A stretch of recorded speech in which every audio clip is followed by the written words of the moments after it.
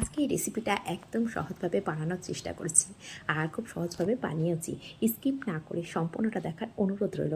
আর আপনারা দেখছেন সিমতাজ কিচেন। এই সিমতাজ কিচেনের রেসিপিগুলো যদি আপনাদের একটু হলেও ভালো লেগে থাকে, প্লিজ চ্যানেলটিকে সাবস্ক্রাইব করে পাশে থাকা বেল আইকনটি প্রেস করে রাখবেন। যখনই কোনো নিত্য নতুন রেসিপি আপলোড করব সবার আগে পৌঁছে যাবে আপনাদের কাছে। তাহলে চলুন মূল রান্নায় ফেরা যাক। তো এখানে আমি কিছুটা কচুর পাতা নিয়েছি, আর আজকে ভর্তাটা হবে কচুর পাতা ভর্তা। এটা কিন্তু ভীষণ ভালো খেতে হয়। একবার হলেও বাড়িতে কিন্তু এভাবে বানিয়ে দেখতে পারেন। তো আমি কচু গাছের যে মাঝখানের পাতা হয়, যেগুলো একটু নরম ধরনের হয়, সেগুলোই কেটে কেটে নিয়েছি। নেওয়ার পরে এটা আসলে আগের দিন কেটে রেখেছিলাম, ফ্রিজে রেখে দিয়েছিলাম, সেই জন্য একটু কালারটা কালো হয়ে গেছে।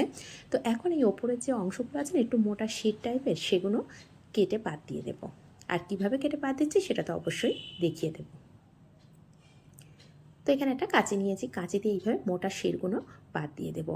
এগুলো অনেক সময় সিদ্ধ হতে চায় না, আবার সিদ্ধও হয়ে যায়, কিন্তু আমার কাছে যেন কেমন একটা লাগে, সেই জন্য আমি না এই শিরটাকে বাদ দিয়ে দিই।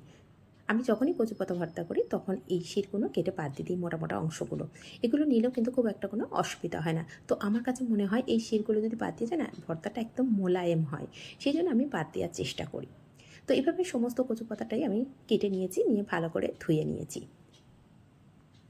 ধুয়ে নিয়ে এখন এদিকে গ্যাসের উপর একটা কড়া বসিয়ে দিয়েছি, দিয়ে এর মধ্যে দিয়ে দেবো 1 চামচ সর্ষের তেল, আর দিয়ে দিলাম 2টো শুকনো লঙ্কা।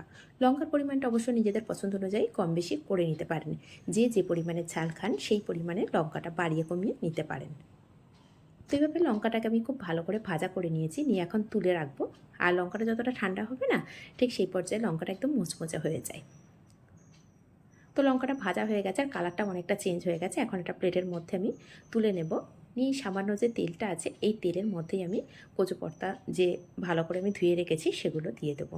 এখনও এই কচু পাতার মধ্যে অনেকটাই জল দিয়ে ভিজিয়ে রেখেছিলাম। তো এখানে আমি অল্প পরিমাণে কচু পাতা নিয়েছি, সেই জন্য যে কড়াটা নিয়েছি তার মধ্যেই হয়ে গেছে। যদি এখানে বেশি পরিমাণে কচু পাতা নেন, সেক্ষেত্রে কিন্তু অল্প পরিমাণে দিয়ে হালকা নরম হয়ে গেলে আবারও দিয়ে দিতে পারেন। তো আমি অল্প পরিমাণে ভর্তাটা করেছি, সেই জন্য অল্প পরিমাণে কচু পাতা নিয়েছি।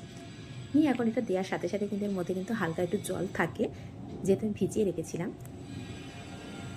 সেই জন্য খুব সহজে নরম হয়ে যাবে। আর এখানে আমি কিছুটা পরিমাণে রসুন দিয়েছি, একটা কাঁচা লঙ্কা দিয়ে দিলাম। আবারও বলছি, এখানে লঙ্কার পরিমাণটা অবশ্যই নিজেদের পছন্দ অনুযায়ী কম বেশি করে নিতে পারেন। আর এখন দিয়ে দিলাম সামান্য পরিমাণে লবণ। আর লবণটা একটু পরিমাণে কম দিতে হবে। যদি কম মনে হয় সেক্ষেত্রে পরে দেওয়া যাবে, কিন্তু বেশি হলে না খেতে একদমই ভালো লাগবে না। সেই জন্য প্রথমে একদম অল্প পরিমাণে লবণ দিতে হবে। আর দিয়ে দেখুন, দেওয়ার সাথে সাথেই কিন্তু কচু পাতাটা অনেকটাই নরম হয়ে গেছে।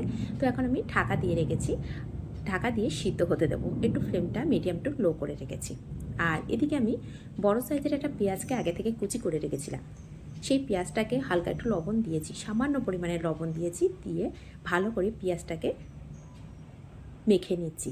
আর এখন যে শুকনো লঙ্কা দুটো ভাজা করে রেখেছিলাম না, সে দুটো এই কাঁচা পেঁয়াজের সঙ্গে আমি ভালো করে একটু মিশিয়ে নিয়ে ভর্তা করে নিচ্ছি। অনেকেই কাঁচা পেঁয়াজ আর শুকনো লঙ্কার ভর্তাটাও খেয়ে দেখবেন ভীষণ টেস্ট হয়। আর এখানে আরেকটা কথা বলা হয়নি, সেটা হলো এই যে রসুনগুলো দিয়েছি, রসুনটা কিন্তু হালকা করে ভাজা করে নিতে পারেন, সেক্ষেত্রেও কিন্তু দারুণ টেস্ট হয়। কিন্তু আমি এইভাবে নর্মালি ভর্তাটা করি, এটা আমার মা করতো আর খেতেও ভীষণ টেস্ট হতো, সেই জন্য আমি আজকে এইভাবে রেসিপিটা আপনাদের সাথে শেয়ার করেছি। একদম সহজভাবে এই ভর্তাটা কিন্তু হয়ে যায়। সেই জন্য স্কিপ না করে যারা এই পর্যন্ত দেখেছেন তারা কিন্তু অনেকটাই বুঝে গেছেন যে কত সহজভাবে ভর্তাটা হয়ে যায়, খেতে অসাধারণ হয়। একবার হলো বাড়িতে কিন্তু এভাবে বানিয়ে দেখতে পারেন। আর সিমতাজ কিচেনের রেসিপিগুলো কেমন হচ্ছে সেটা কিন্তু কমেন্ট করতে একদমই ভুলবেন না। আর যদি রেসিপিগুলো সহজ মনে হয় তাহলে নিজেদের মানুষের কাছে একটু শেয়ার করে রাখবেন। তো কথায় কথায় এদিকে কচু পাতাটা কিন্তু একদম শুকনো হয়ে গেছে, সেই পর্যায়ে আমি তুলে নিচ্ছি কড়া থেকে। আর রসুনগুলো কিন্তু এর সাথে সিদ্ধ হয়ে গেছে। এখন তুলে নিয়ে একটু স্প্যাচুলা দিয়ে আমি এইভাবে ছড়িয়ে দিচ্ছি, যাতে করে তাড়াতাড়ি ঠান্ডা হয়ে যায়। তো এইভাবে একটু ঠান্ডা করে নেব। ঠান্ডা হয়ে গেছে, এখন আমি হাত দিয়ে রসুনগুলোকে একটু চটকে নেব বা মেখে নেব। আর রসুনগুলো কিন্তু অনেকটাই নরম হয়ে যায়। আর এখানে বলে দিয়েছিলাম যে যদি পারেন রসুনটা যদি হালকা করে ভাজা করে নেন, সেক্ষেত্রে ফ্লেভারটা কিন্তু আরও একটু অন্যরকম আসবে। আর রসুনগুলো কতটাই সিদ্ধ হয়ে গেছে সেটা কিন্তু হাত দিয়ে আমি মেখে দেখিয়ে দিলাম। তো সমস্তটা রসুন আর এই যে কচুর পাতাগুলো সিদ্ধ করে নিয়েছি সেগুলো ভালো করে মেখে নেব। আর কচুর পাতার মধ্যে কিন্তু লবণ দেওয়া ছিল, সেটা কিন্তু খেয়াল রাখতে হবে। আর পেঁয়াজ যে মেখে রেখেছি সেটাও কিন্তু আমি অল্প পরিমাণে দিয়েছি। এইভাবে টেস্ট করে দেখব যে লবণ আর লঙ্কাটা কেমন হয়েছে। আর এর মধ্যে দিয়ে দিলাম সামান্য পরিমাণে একটু সর্ষের তেল, আর দিয়ে দিলাম হাফ লেবু। লেবুর পরিমাণটাও অবশ্যই নিজেদের পছন্দ অনুযায়ী কম বেশি করে নিতে পারেন। খুব বেশি টক হলে ভালো লাগবে না, আবার লেবু দিলে স্বাদটাকে চেঞ্জ করে দেবে, লেবু এই জন্য অবশ্যই দেবেন। তো এখানে আমার কাছে একটু লবণ কম মনে হয়েছে, লঙ্কাটাও কম কম লাগছে, সেই জন্য যে পেঁয়াজটা মেখে রেখেছিলাম, কাঁচা পেঁয়াজ, সেটাকে সম্পূর্ণ দিয়ে দেবো, আর একটুখানি রেখেছি ওপরে গার্নিশিংয়ের জন্য। তো ভর্তাটা দেখলেন তো কতটা সহজে কিন্তু এই রেসিপিটা বানানো হয়ে যায়, আর গরম ভাতের সাথে এটা তো জাস্ট জমে যাবে। একবার হলেও বাড়িতে কিন্তু এভাবে বানিয়ে নিতে পারেন। আর যদি এভাবে বানান তাহলে কমেন্ট করতে একদমই ভুলবেন না। আর একটা কথা বলেছিলাম, যদি সহজ লাগে রেসিপিগুলো তাহলে অবশ্যই নিজেদের মানুষের কাছে শেয়ার করে রাখবেন, এতে করে এই সহজ রেসিপিগুলো তারাও বানাতে পারবে সহজভাবে। তাহলে রেসিপিগুলো কেমন লাগছে অবশ্যই কমেন্ট করবেন। আবারও আসবো অন্য কোনো রেসিপি নিয়ে। আজ এই পর্যন্ত, ধন্যবাদ।